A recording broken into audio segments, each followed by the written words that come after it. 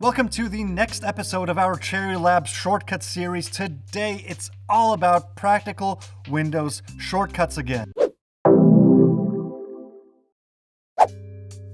Once again, we start on our desktop and press Ctrl Escape to directly access the Start menu with the search bar activated. We can either use the arrow keys to navigate through our installed programs, or simply search for the program or file of our dreams.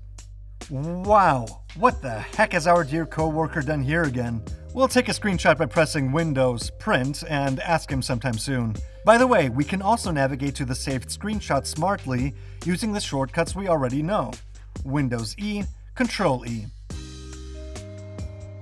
Those who paid attention last time, of course, already know this. Forgot your glasses? Windows plus or Windows minus activates the screen zoom features. It uses the cursor as its focal point. Back to the desktop with Windows D. With Windows I, we can quickly go to the system settings. We can jump out of the search bar with Alt arrow key and select the desired category with the arrow keys as well. Last but not least, another small hint.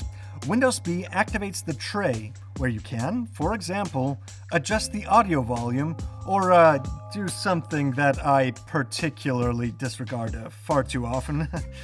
Eject a USB storage medium safely. So, that's it for today. I know the shortcuts take a bit of getting used to for complete newbies, but I guarantee it's worth it. As always, of course, if you like this video, give it a thumbs up and subscribe to the channel.